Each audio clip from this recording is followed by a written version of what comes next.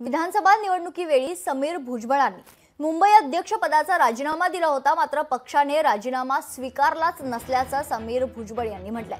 विधानसभा निवडणुकीनंतर मी पक्षात सक्रिय आहे आणि संधी देण्याच्या संदर्भात राष्ट्रवादीचे वरिष्ठ नेते निर्णय घेतील असंही ते म्हणाले।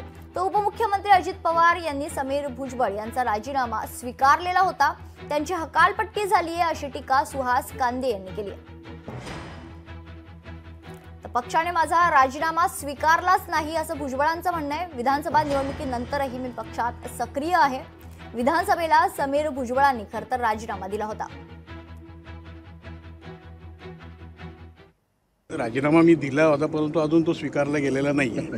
पक्षातच आहे आणि नंतर निवडणुकीनंतर सुद्धा अनेक ठिकाणी पक्षाच्या ज्या मुंबईमध्ये इथे तिथे कार्यक्रमामध्ये मी होतो। त्याच्यामुळे मी पुन्हा एकदा मुंबईचं अध्यक्षपद किंवा दुसरी काही जबाबदारी, आता ते मुंबई आणि प्रदेश अध्यक्ष आहेत, राष्ट्रीय अध्यक्ष, हे सगळे निर्णय घेतील। मला असं वाटतं की हे हुसकलेला प्राणी आहे। अजितदादांनी आम्हाला असं सांगितलं होतं की मी त्याची पक्षामधून हकालपट्टी केलेली आहे, त्यांनी दिलेले राजीनामे स्वीकारलेले आहेत। त्याच्यामुळे आतापर्यंत तरी जे विरोधात उभे होते त्यांना स्वीकारण्याची कुठलीही महायुतीमध्ये पॉलिसी ठरलेली नाही।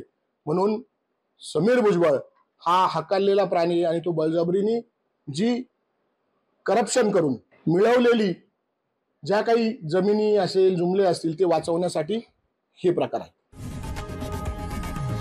लोकशाही मराठी ऐका, पहा, जागरूक रहा।